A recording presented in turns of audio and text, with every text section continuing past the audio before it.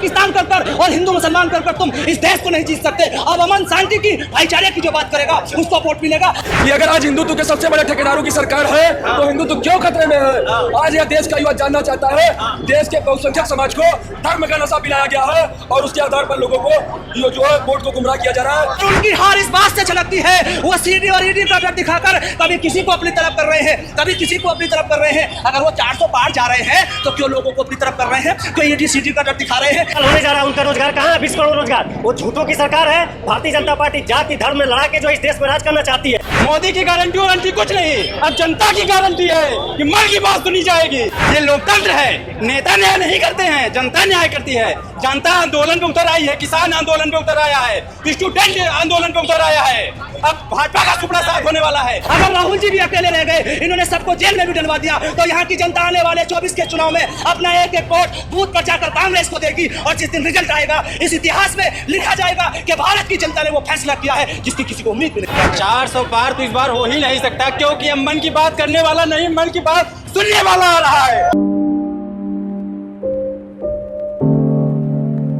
कांग्रेस सांसद राहुल गांधी इलाहाबाद के आनंद भवन से अपनी भारत जोड़ो न्याय यात्रा की शुरुआत करेंगे। यहाँ पर कार्यकर्ताओं का हुजूम मेरे साथ आप देख सकते हैं। बड़ी संख्या में कार्यकर्ता अपने नेता के लिए यात्रा में शामिल होने के लिए आए हैं। यहाँ पर मेरे साथ में कुछ लोग मौजूद हैं, इनसे जान लेते हैं कि जो ये न्याय यात्रा शुरू की गई है, क्या लगता है कि पिछले 10 सालों में जो सरकार रही है क्या उससे न्याय नहीं मिल पाया? देखिए, अगर न्याय मिलता तो शायद राहुल जी को ये यात्रा लेकर ना निकलना पड़ता। इस देश में बहुत सख्त जरूरत थी इस यात्रा की, और इस यात्रा को जो जन सैलाब का समर्थन मिल रहा है, मुझे उम्मीद है कि आने वाला जो वक्त होगा वो भाजपा की विदाई का होगा और कांग्रेस का इस देश पे फिर शासन होगा। क्योंकि कांग्रेस ने कभी भी अपने लिए लड़ाई नहीं लड़ी, देश के लिए लड़ाई लड़ी है। और तमाम नेता और तमाम पार्टियां अपने लिए लड़ाई लड़ते हैं। राहुल जी युवाओं की धड़कन है। राहुल जी एक ऐसे नेता है जिन्होंने इस देश के लिए अपनी दादी को खोया है। राहुल जी एक ऐसे नेता है जिन्होंने इस देश के लिए अपने बाप को खोया है। उसके बावजूद भी राहुल जी निडर होकर, निष्पक्ष होकर इस देश को बचाने के लिए, युवाओं को बचाने के लिए आज भारत जोड़ो न्याय यात्रा लेकर निकले हुए हैं। आप कह रहे हैं सत्ता परिवर्तन लाएंगे, एक बार बताइए। 2 सीटों पर आ गई कांग्रेस उत्तर प्रदेश में, जहां दशकों तक राज किया था। 1 लोकसभा का MP है मात्र, कैसे होगा?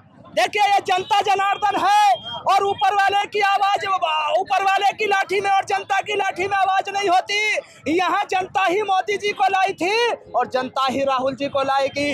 मैं आपको बताता हूँ जनता कैसे करती है, मुझे शायद पाकिस्तानी बता दे, मगर मैं इस भारत का रहने वाला हूँ। इस भारत का बेटा है पाकिस्तान। वहाँ चुनाव हुए हैं, अभी जनता ने दिखा दिया है कि जब हम चाहते हैं, जिसे चाहते हैं उसको वोट देकर प्रधानमंत्री और मुख्यमंत्री बनाने का काम करते हैं। वहां के भावी मुख्य प्रधानमंत्री को जेल में डाल दिया था, उनका चुनाव चिन्ह छीन लिया गया था, उनके प्रत्याशियों को सभाएं नहीं करने दी थी। मगर वहां की जनता ने कहा कि भारत और पाकिस्तान कर और हिंदू मुसलमान कर तुम इस देश को नहीं जीत सकते। अब अमन शांति की भाईचारे की जो बात करेगा उसको वोट मिलेगा। ऐसे ही यहाँ का एक एक नेता और एक एक बेटा और वोटर, अगर राहुल जी भी अकेले रह गए, इन्होंने सबको जेल में भी डलवा दिया, तो यहाँ की जनता आने वाले 24 के चुनाव में अपना एक एक वोट बूथ जाकर कांग्रेस को देगी। और जिस दिन रिजल्ट आएगा इस इतिहास में लिखा जाएगा कि भारत की जनता ने वो फैसला किया है जिसकी किसी को उम्मीद भी नहीं। 400 पार, वो 600 पार का दे दे, इससे कोई मतलब नहीं होता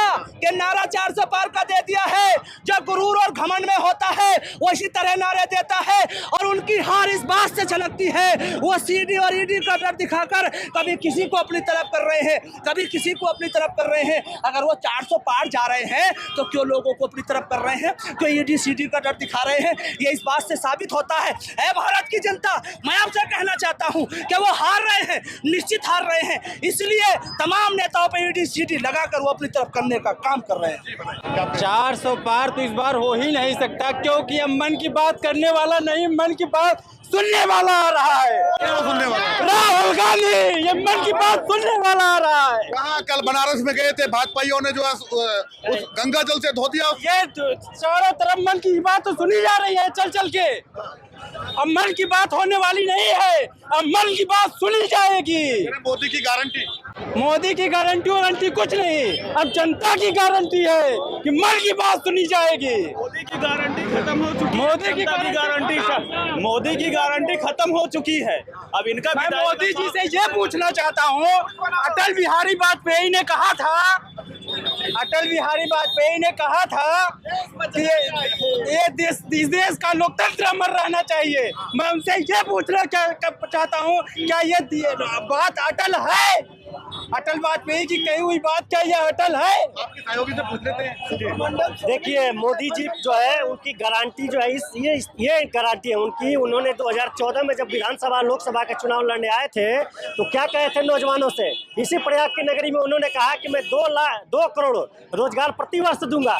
10 साल होने जा रहा है, उनका रोजगार कहाँ है? 20 करोड़ रोजगार। वो झूठों की सरकार है। भारतीय जनता पार्टी जाति धर्म में लड़ा के जो इस देश में राज करना चाहती है। हमारे जननायक राहुल गांधी जी देख लीजिए, जनता के नेता हैं, जनता के बीच में है और उनके मुद्दों को उठा रहे हैं। बेरोजगारी का मुद्दा हो, किसानों का मुद्दा हो, स्वामीनाथन आथन रिपोर्ट का लागू कराना हो, या इवन जो है जाति जनगणना को लोग के भी बड़े पैमाने पर वो बात कर रहे हैं कि जिसकी जितनी हिस्सेदारी होगी उसकी भागीदारी होगी। ये हमारे संविधान को जो है कुचलना चाहते हैं। जो दल जो पार्टी संविधान को नहीं मानती है, वो लोकतंत्र को नहीं मानती है, वो तानाशाही सरकार चलाना चाहती है। आप देख लीजिए, आप कह रहे हैं 400 पार, अगर 400 पार होता तो तमाम प्रदेशों में अरबों खरबों रुपया खर्च करके वो क्यों दूसरे दलों को डरा के धमका के ईडी सीबीआई लगा के क्यों तोड़ के अपने पाले में लाते?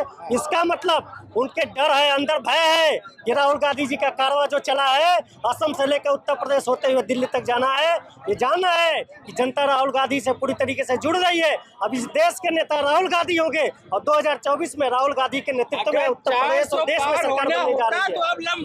अगर 400 पार होना होता तो देश के हर कोने में आंदोलन नहीं चल रहा होता। इस बार भाजपा का सुपड़ा साफ होने वाला है। कैसे साफ होने वाला है? सारी तो कांग्रेस चलेगी, बीजेपी में। हर जगह आंदोलन से आंदोलन हो रहा है। जनता न्याय करती है ना, ये लोकतंत्र है। नेता न्याय नहीं करते हैं, जनता न्याय करती है। जनता आंदोलन पे उतर आई है, किसान आंदोलन पे उतर आया है, स्टूडेंट आंदोलन पे उतर आया है। अब भाजपा का सुपड़ा साफ होने वाला है। ये आप तानाशाही वाली बात मत करिए। ये तानाशाही वाली बात होती है कि मोदी जी नेता उसके हम चले गए तो सत्ता परिवर्तन हो जाएगा। जनता चाहेगी तो सत्ता परिवर्तन होगा। जनता तो चाह रही है ना मोदी को। जनता कहाँ मोदी को जा रही है? हर जगह आंदोलन हो रहा है, आपको दिखाई नहीं दे रहा है? आंदोलन तो पहले भी चल रहे थे, फिर भी इतना चुनाव के समय में इतना बड़ा आंदोलन कभी नहीं हुआ है। चुनाव के समय में इतना बड़ा आंदोलन हर जगह नहीं हुआ है। अब वही तो मैं कह रहा हूँ। अब क्या कहते हैं, मन की बात सुनने वाला आ रहा है, मन की बात करने वाला नहीं। मन की बात सुनने वाला आ रहा है, मन की बात करने वाला नहीं, इनका कहना है। सहमत है? इनका कहना 100% सत्य है। ये प्रयागराज ये प्रतियोगी छात्रों का गढ़ माना जाता है। अभी 11 तारीख को आरओ समीक्षा अधिकारी का पेपर हुआ था, बड़े पैमाने पर लीक हुआ है, बड़े पैमाने पर लीक हुआ है। उसके पहले ये वीडियो का एग्जाम रहा है, लेखपाल का एग्जाम रहा है। तो ये यहाँ पर तानाशाही हो रही, बाकी और कुछ हो नहीं रहा है। कैसे 400 पार कर पाएंगे ये? चौकीदार चोर है के नारे यहाँ पे आप देखने को मिल रहे हैं। लोग नारे लगा रहे हैं कि चौकीदार चोर है, चौकीदार चोर है, चौकीदार चोर है।